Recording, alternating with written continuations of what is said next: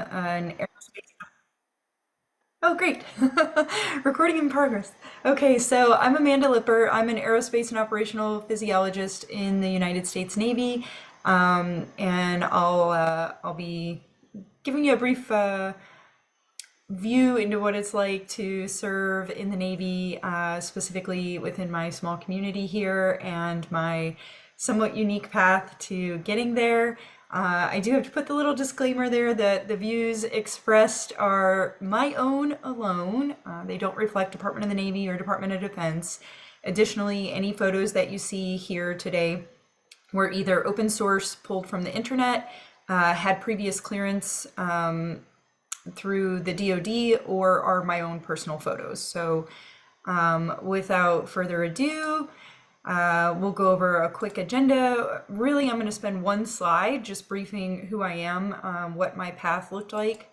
I'll spend a little bit of time talking about what an aerospace and operational physiologist is with regards to how we train air crew, how we're engaged with human systems integration, aviation life support systems, emergency egress, crash-worthy escape systems, the dynamic flight environment. This is not meant to be a brief on what the dynamic flight environment is, just more of a how does an aerospace and operational physiologist play into ensuring the safety and the performance of aircrew in the dynamic flight environment. I'll cover the uniqueness of being a woman with a career in service, to talk about a little bit about deploying, family, planning, logistics. I won't spend a ton of time on that, but that being said, I'm an open book, so if you have questions at the end or even during the brief, feel free to let me know, and I'm happy to answer those. And then really at the end, I just kind of wanted to open it up for discussion and a more informal Q&A session. I do have some backup slides that will talk a little bit about specifically my 2-year fellowship at NASA, because I have gotten a lot of questions about that, and it was a great experience. So if we have time after the discussion and the questions, I'm happy to go through. It's like 5 slides, it's not a ton. But so we'll start with who am I? For those of you who don't know me, I know a lot of you do, but I'll start by saying I'm first generation college for my family. And I began my journey as an adult as a pre-med student at University of Michigan in 1999. I quickly learned how expensive out-of-state tuition can be, especially when family isn't able to support paying for it. Trying to stay afloat with, more than full-time semester from the university, and I was also working 2 jobs, and those 2 jobs equated to more than full-time work hours each week. So I pretty suddenly found myself 100% responsible for my own time management as a young adult. I was 17 when I graduated high school. So I recognized that I was miserably failing at this game of life thing and falling behind. And tuition decades ago at University of Michigan, since I was paying out of state for that first year, was over $30,000 for the year. And I realized that that's just not a sustainable option. The 2 jobs that I had weren't really cutting it. And frankly, I was pretty terrible at time management at that stage of my life, and finance management as well. I was young, and I came from a family that lived paycheck to paycheck and didn't go to university. So all of this was very new for me. What I did know is that I needed to chart a different path, and if I was going to salvage anything left of my formal education and career options, I would need to figure something else out pretty quick. So I walked into the Navy's recruiting office and I began negotiating all of my available options to serve. They hooked me with the GI Bill benefit, and I never intended at the time to make an entire career out of serving in the armed forces. But I had this plan. I was going to do 1 enlistment, and then I would get out. And frankly, I'll say right now that that's an honorable way to jumpstart your career as a young adult. You don't have to do an entire career. That's not the best answer for everyone. It just turned out that it was the best answer for me, and you'll see pretty quickly that I fell in love with the concept of having an operational career vice a clinical one. And I'm deeply grateful for that now. that I didn't continue down the expensive path of med school. And I really discovered and fell in love with serving as a naval aerospace and operational physiologist. So I enlisted in the Navy as a corpsman in May of 2000. I served my first tour as an aviation med tech in VF-32, which was an F-14 Tomcat squadron out of NAS Oceana in Virginia Beach. And I deployed twice with them aboard CVN-75, which is the USS Harry S. Truman. And that included the maiden deployment of that ship. So it was a brand new ship, and we had to keep it very sparkly clean. We were, buffing and waxing the decks all the time. That's not something that's really typical on a Navy warship, but when it's the first deployment and they're pulling into a lot of piers and there's a lot of politicians coming aboard and things of that nature, all of our extra free time was spent keeping the ship looking, spotless. So during my first and second deployment on that ship, we took part in some historical campaigns that include shock and awe. There were a few historical campaigns that were associated with that in 2003.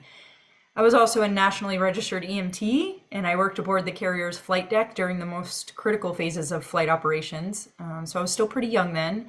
I knew I wanted to still serve in aviation medicine, and I felt like one of the cool hands-on ways that I could do that would be to become a nationally registered EMT and to serve on the flight deck as the flight deck medical representative. So that was pretty cool because inevitably someone would always walk into a horizontal stab of an aircraft and have a big gash on their forehead. So you're doing stitches. I mean, maybe a bit of a, telling on my age here, but it was really kind of cool to be able to, at the age of, 19, be stitching up people's faces.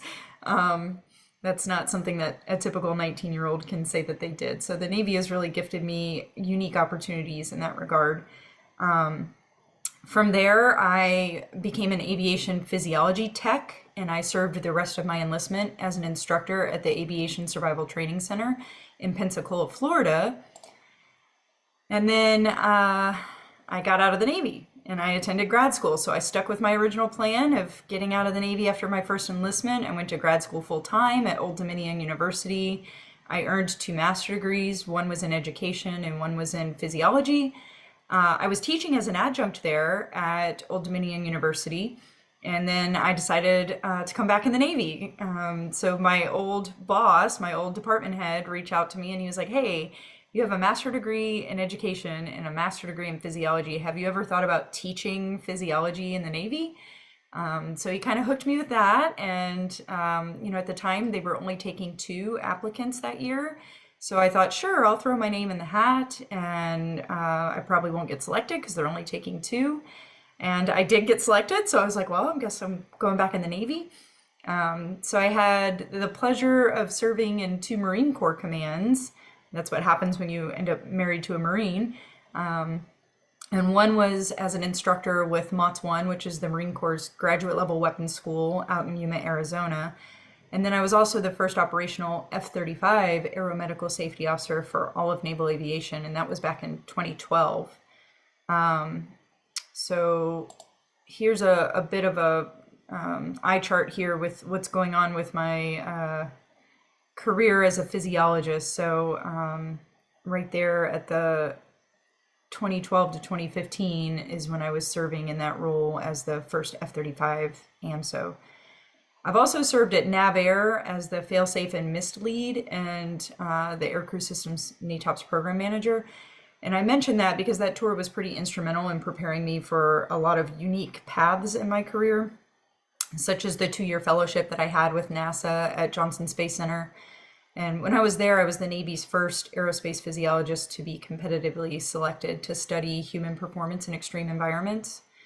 And then right now, I'm currently serving as the Navy and Marine Corps Test Wing AMSO, Aeromedical Safety Officer, and I'm in Pax River, Maryland. And here, I'm fortunate to work with some brilliant developmental test pilots and flight test engineers to ensure that aircrew are not only safe, but optimized. So They perform some pretty varsity level flight test operations here, everything from like envelope expansion and handling qualities of a variety of like high performance jets, tilt rotor, fixed wing, helicopter platforms, to mission systems, interoperability of these systems. And this is just kind of in support of the challenging and expeditionary mission sets that are unique to naval aviation. You won't see that anywhere else. Along the way, I've also been afforded the opportunity to earn a couple of graduate certificates, one from Naval Postgraduate School and one from the U.S. Air Force's Air War College. And then I also earned a third master degree in human systems integration. And let me go back. So last but certainly not least, I couldn't have done any of this without asthma. So I just kind of want to spend 2 minutes talking about that before I get into all the fun pictures. But really, it was at asthma's annual scientific meeting in 2009 is where I raised my right hand to begin my career as a physiologist on active duty. So that was a really sentimental and cool experience for me in that, I'm at this annual conference and we took a couple of minutes to, out of the Aerospace Physiology Society's luncheon, for me to raise my right hand and take the oath. So right out of the gate, I knew that asthma was going to be special in my career and that I was going to do the due diligence to ensure that I was maintaining those connections. So I have made it a priority to attend asthma's conference every single year since then, with the exception of 2 years. One was for operational reasons. It turns out sometimes when you are active duty military, they send you to places. And then one was because I was 3 weeks postpartum, so I couldn't really travel thousands of miles right after having a baby. I was board certified in 2013, an associate fellow in 2015, and then a fellow in 2020. But I didn't get to celebrate that year because of COVID. Asthma was canceled that year. But since 2009, I've made it a point to renew my membership every year. And with each year's attendance at the conference, I've renewed my love for aerospace physiology and human performance. I made it a point to engage in a few of the constituent organizations, especially as an atypical non-MD type, to serve as a member on a variety of like committees and boards of governors and councils so that I could ensure that I was always progressing as a professional in a global organization. I didn't want to stay stagnant in a silo. I think we can all agree that silos foster this stagnation and it stifles communication and hinders progress. But sometimes ensuring that you aren't growing comfortable in a silo isn't very easy. So I feel like asthma gave me the ability to make a deliberate practice and to take active roles in teaching me how to work with a global community of professionals that also deeply care about the same things that I care about. So that's my couple-minute elevator speech on asthma and how special it is for me. But if you have more questions about the organization, definitely reach out. We can discuss it more at the end too. I wanted to take a little of the time here today to talk about that because I know that you guys were kind of born out of one of the constituent organizations from asthma, so I wanted to touch on that. But we'll move on from that and talk about the field that I serve in now because it's very unique. So that was my one slide about me. And now let's talk about what it means to be a naval aerospace and operational physiologist. My community within the Navy is very small. There's less than 100 of us total serving in the entire Navy and the Marine Corps. And so I'll focus on a few main topics as they apply to this career. And the first one is training aircrew to survive. So I've got a few slides on this. We'll talk about, I have something up there, and this is what I brief my aircrew on, human performance margin degraders. So when we talk about human performance existing on a spectrum, there's a whole range of human performance. There are these performance margins, right? Just like there would be for any system. If you were to think of the human like a system, or I guess a system of systems, there are performance margins. And all of the things that my community classically trains aircrew on are ways that you can degrade those margins and increase your risk of something bad happening in the flight environment. So I usually just like to put in a plug for the way that we teach, train aircrew to survive has to do with those human performance margin degraders.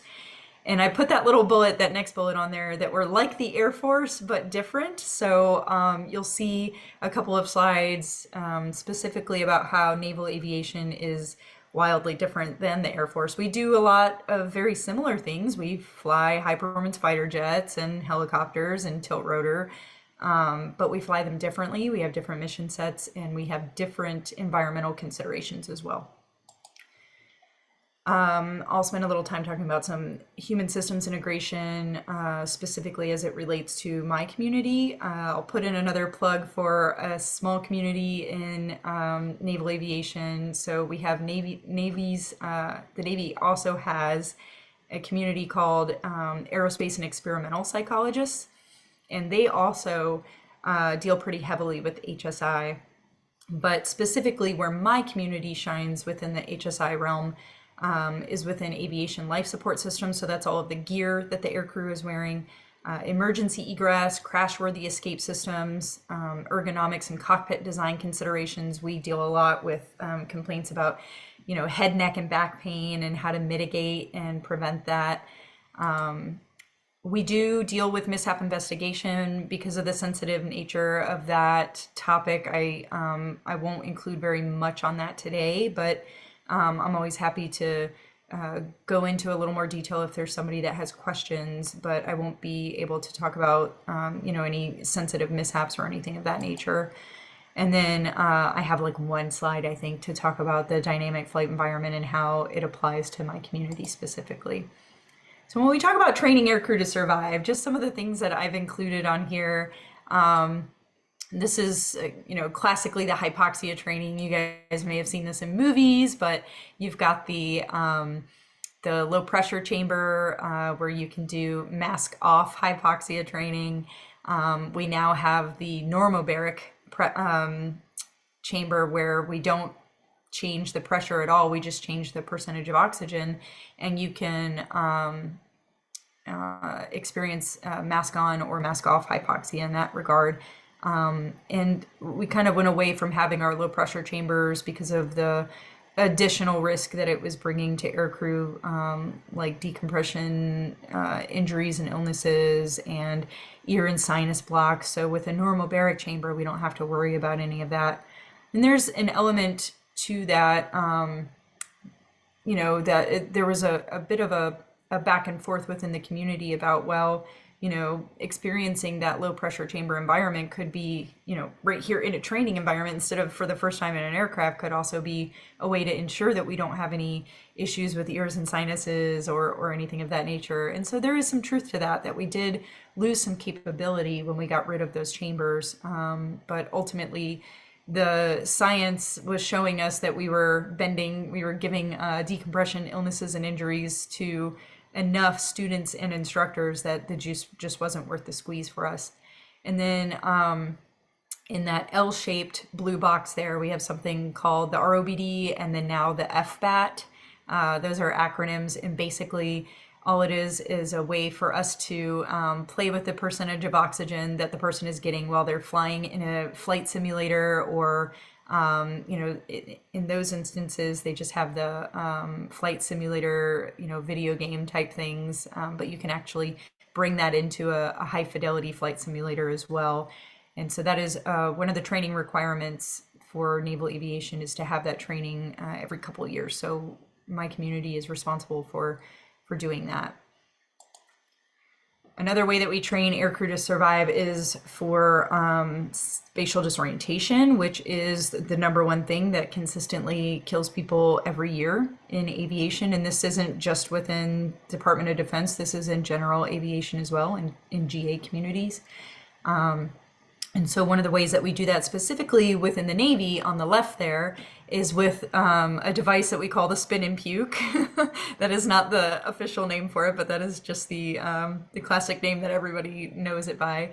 And that has recently, within the last couple of years, been giving us a lot of heartburn because it's been around since the 60s and it's breaking.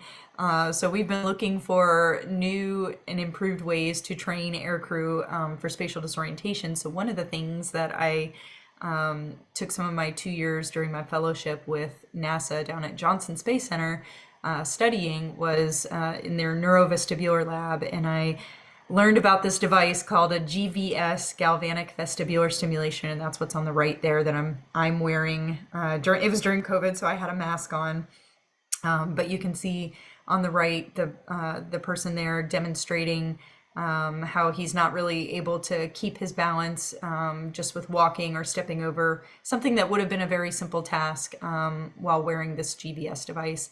And this has come a long way and has had a lot of technology maturation and development with this system. It's been really fun to work with this over the last several years and get it funded for research projects and look at how we can use this in a flight simulator similar to how we do with those other devices for hypoxia. So we could put this on an aircrew's head, get them disoriented in flight, in the flight simulator, in a nice safe training environment, and have them work through their emergency procedures for being disoriented. So that's one of the projects that I'm currently working on, is this spatial disorientation training piece using this GVS device.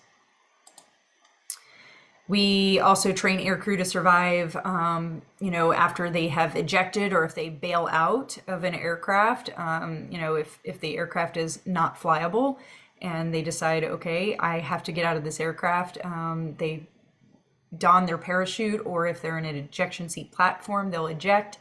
And so we teach them parachute descent procedures and parachute landing falls. And so they have the virtual reality headset.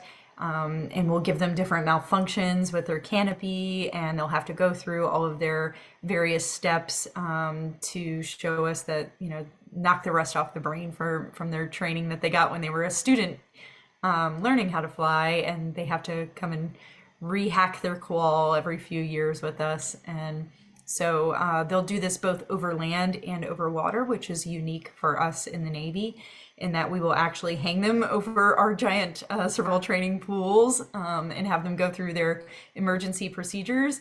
And then we will drag them through the water until they can get out of their parachute. So we'll give them various scenarios, like you broke an arm and now you have to go through all these emergency procedures with just one arm to get yourself out of this thing. So it can get pretty fun. And now you can quickly see how it's becoming very unique to naval aviation. My community also is responsible for training aircrew to survive underwater egress. So this is what's classically known as the helo dunker. You've probably heard of it, maybe seen some videos or pictures of it online before. So my community is responsible for training aircrew every 4 years. They have to get in this helo dunker.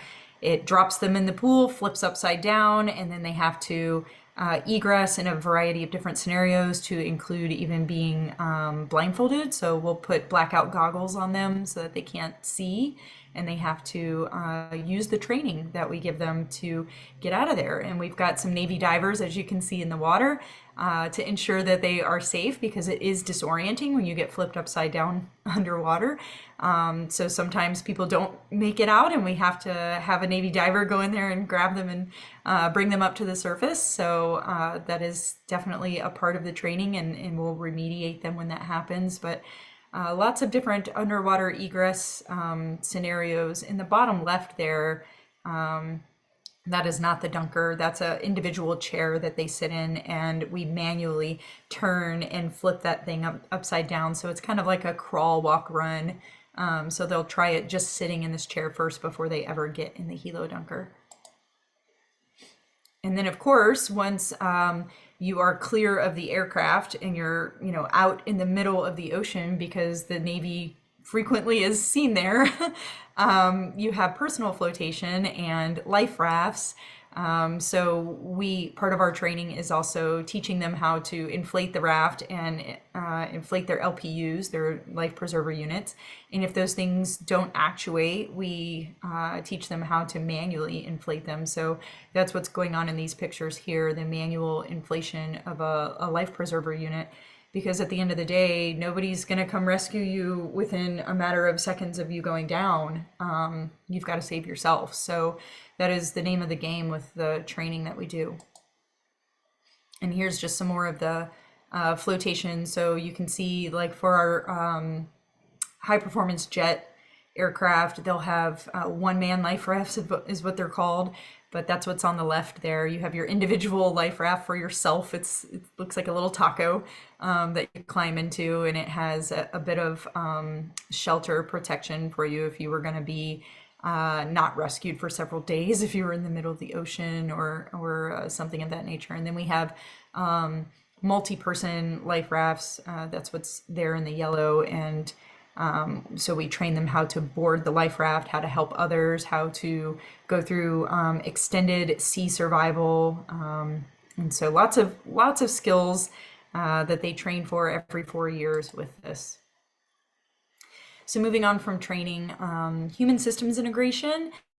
This is a big bear, right? Like anything that deals with the human integrating into some type of aircraft.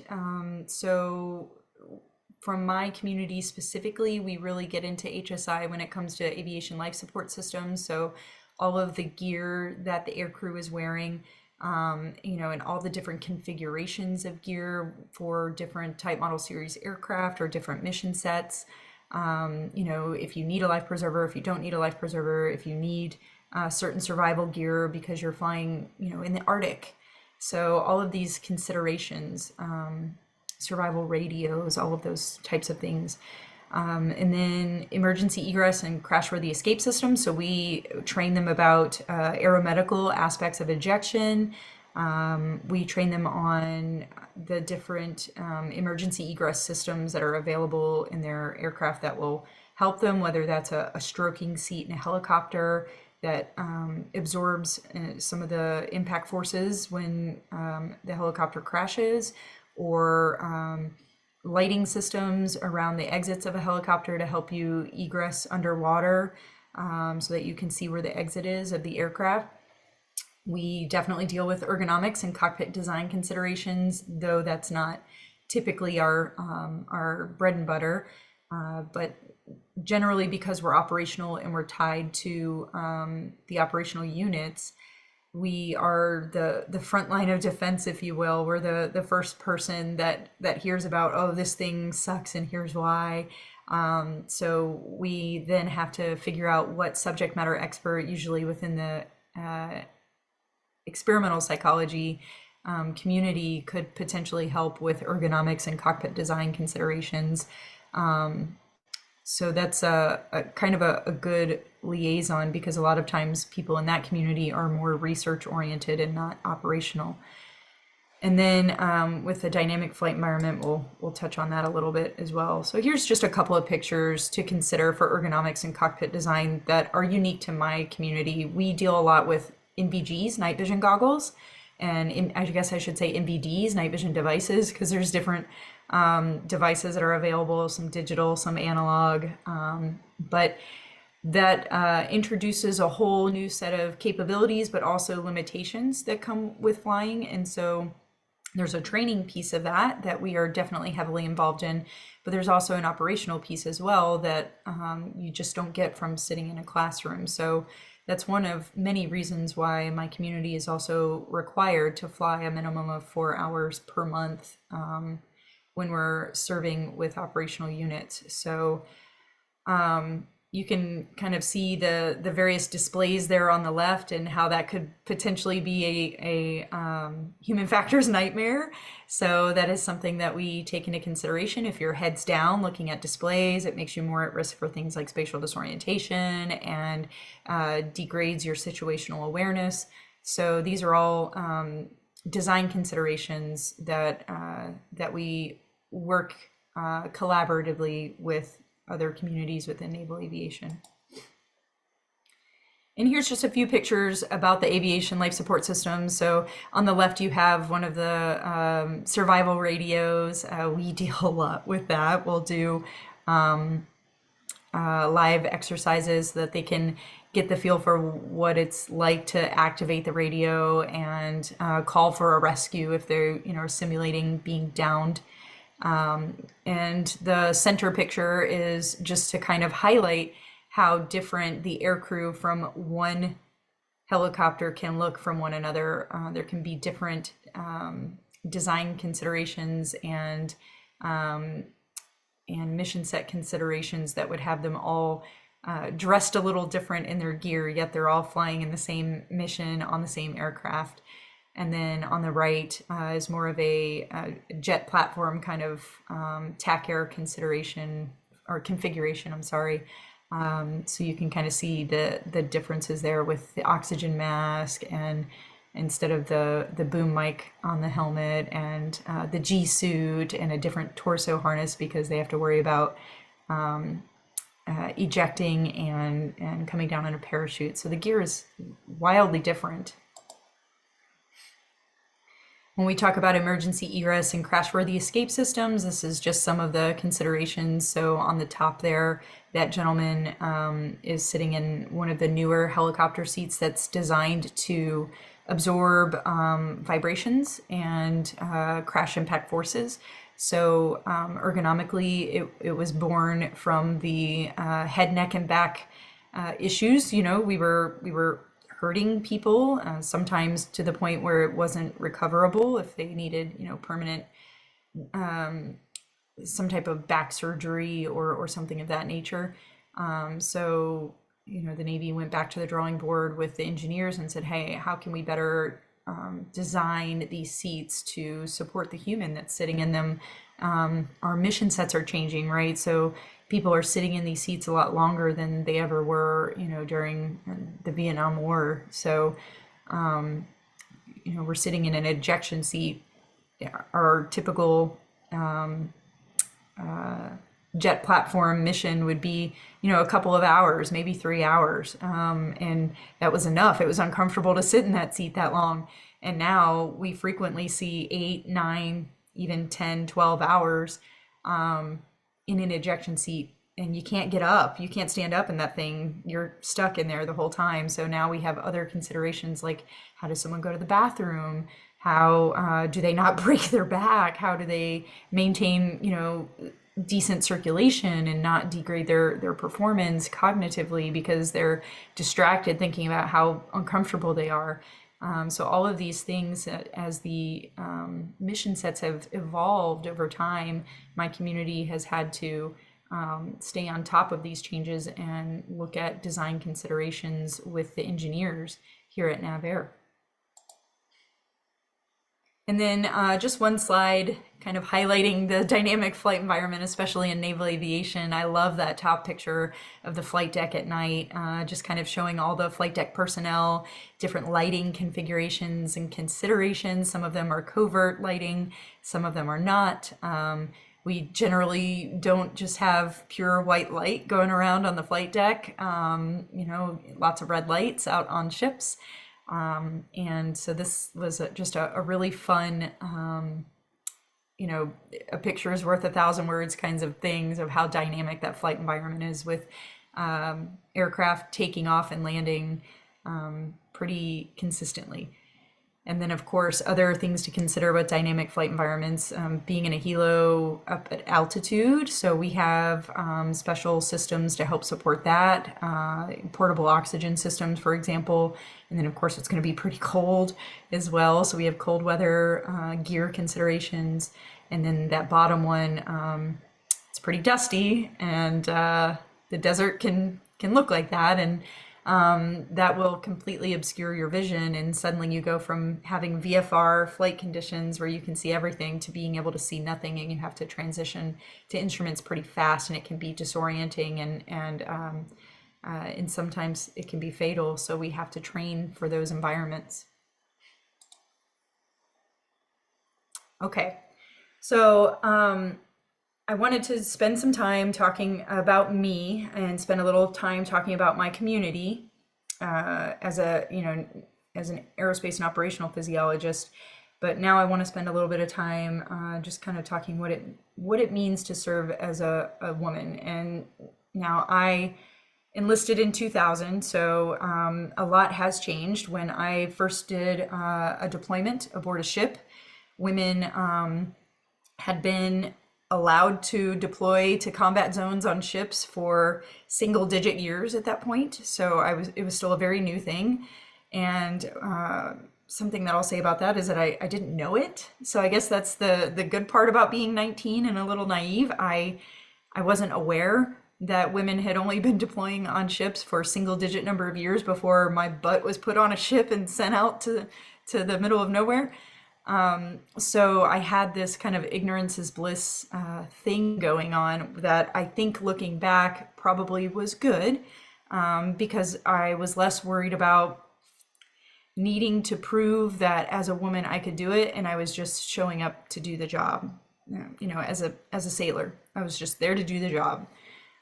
It means a little bit more to me now in reflection, and so it's interesting when you can look back on your life and see how the pros and cons of knowing or not knowing specific pieces of information. But man, what I can say is that the DoD has pretty rapidly evolved and does what it can to support women in service just during my tenure serving. But we do still have a long way to go. So in pictures, what it means to be a woman who's serving, it means that my husband is gone a lot, right? Or I'm gone a lot. We are gone from each other. So that's a picture of my mom attending the Marine Corps birthday ball with me, and me holding my little husband's face on a stick up in the picture, because man, that two-dimensional husband of mine on a stick has been through a lot with me, because either I was gone or he was gone. And that was all I had. So he missed out on, attending fun events with me, but more importantly, he missed out on some pretty pivotal moments in my life, like having surgery. So these are things that we don't think about. And then, of course, I've also been gone for moments in his life as well, because we have spent more than 50% of our marriage apart. So what it means to serve as a woman means that if you choose to enter into some partnership with somebody, it's going to look a lot different than traditional partnerships look. My marriage does not look like a classic marriage at all, because we both serve. But even if it was just me serving, it would still look wildly different. It means that sometimes you're going to have to get really creative and bring your kid to work. So this was me just last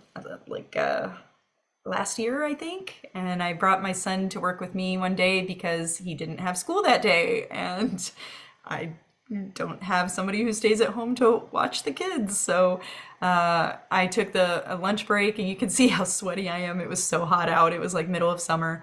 But I took a lunch break and took him out of the office because he was just driving me nuts in the office for a few hours, and took him to go see some aircraft, insides of aircraft. So thinking outside the box and having to do things like bringing your kid to the office because they don't have school that day, that is something that I think in the DoD would not have been very acceptable in 2000, and now it's becoming more okay. I will say there's a big caveat of it depends, right? Like if you're in an operational unit, or if you're getting ready to deploy, or you're doing something that day that children can't be there, then it's still very much not kid friendly. But in instances like this, I had to get creative and think outside the box. What it means to be a woman serving even now, that's me just a couple of years ago. And if you look pretty closely at that picture, a lot of my gear doesn't fit. Now, I would not fly with gear that doesn't fit. I want to make that point very clear. But this was a training evolution in the pool. Like I said, all air crew, ourselves included, have to go through the survival training at the pool every 4 years. And so there I am. And as it turns out, well, they only get what they get at the pool for survival gear. And so if it doesn't fit, that's just too bad, so sad. So Oftentimes in training scenarios, you'll find yourself just trying to grab whatever pair of gloves you can grab, or grab whatever pair of boots you can grab, or and it may not fit, or there may only be one set of that size, and there's more women serving now, so there's more of us. So what that means is that your performance in the pool is going to be degraded because you're wearing gear that doesn't fit you, and that means that you have to work harder than the men around you who have gear that fit them. So that is just one unique consideration. Here I am. This is, I put redacted on there because I just didn't want you to see the brand names on the labels there, because this was a system under test. So what I'm holding in that bag though is urine relief devices. So when you're one of very few women in the flight test community, especially of small stature, you get pulled a lot to do flight test events for anything that involves fit concerns. And given that mission sets are extended and going longer these days, I have had a lot of flight test experience over the last couple of years, putting on different urine relief devices and going pee in an aircraft. And I can tell you more often than not, I've had urine leak. And then I have to, deal with the embarrassment of landing and being like, hey guys, sorry, but your ejection seat is covered in urine. And I will do whatever I can to help you clean that up because that's embarrassing. But it is what it is, right? So we got to get through this test. We got to tell them that the system works or that the system doesn't work as designed, and what doesn't work about it. We have to qualify and characterize that.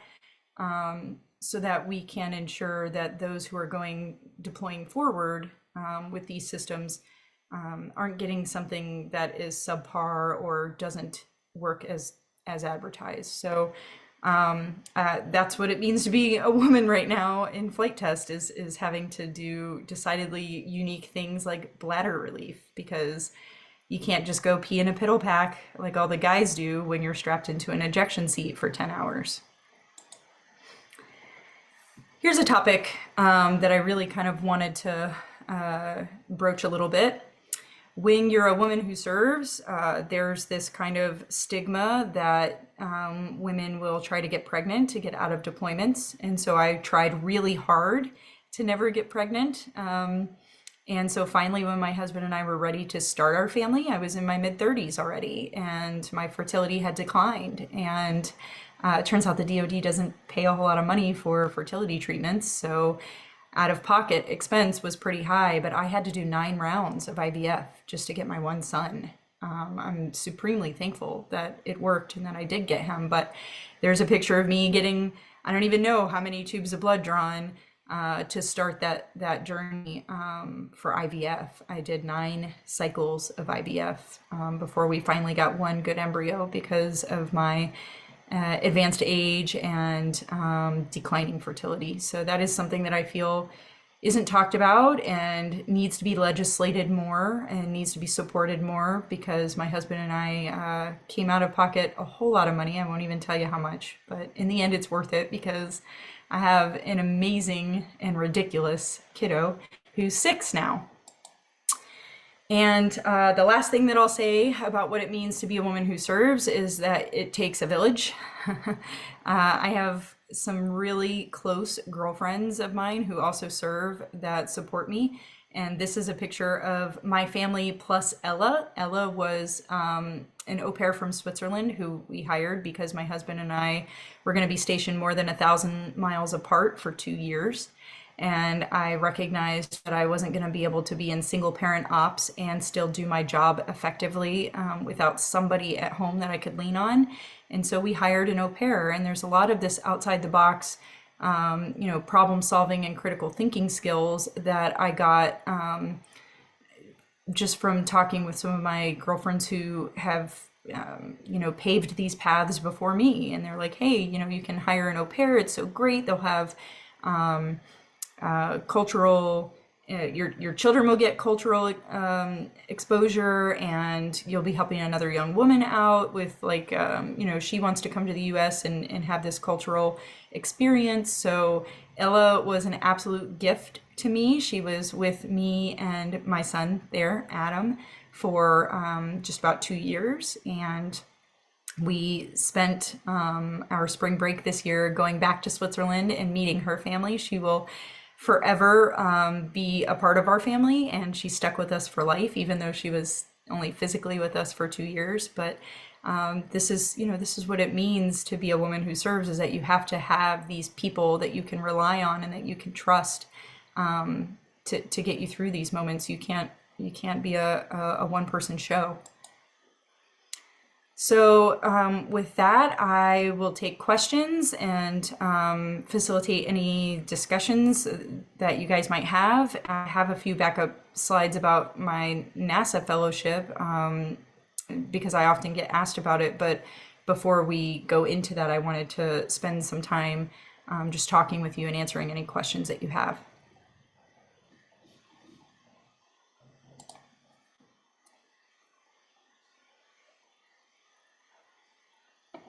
Well, thank you so much. That was a really, really great talk. And I'll just start out. I have a question. So it sounds like there was a lot of traveling and like kind of maybe some like constant logistics going on. And how did you go from, well, actually, I don't know what you're like growing, what it was like growing up, but how was it to like now your life is kind of like constantly moving? Like, what was that adjustment like? Oh, I think you're on mute. I am. Thank you. So that's a really great question. My dad worked for Delta, and we actually did move around quite a bit through my childhood. I think the longest amount of time that I ever lived in one place was 6.5 years during my childhood, and the next longest time after that was less than 3 years. So I think that kind of, in a way, set me up for the lifestyle of moving. I move every 2 to 3 years on a new set of orders. There are some people who don't. There are people who serve in the military and they're able to stay in one location for multiple tours. I haven't been that fortunate. I would have loved to have done that, but I haven't been that fortunate. I have been fortunate enough to serve in the same place more than once, but it was never consecutively. So I would leave and then I would come back a few years later. So I've done 2 tours here in Pax River, Maryland, and then I've done 2 tours in Yuma, Arizona as well. Lovely Yuma.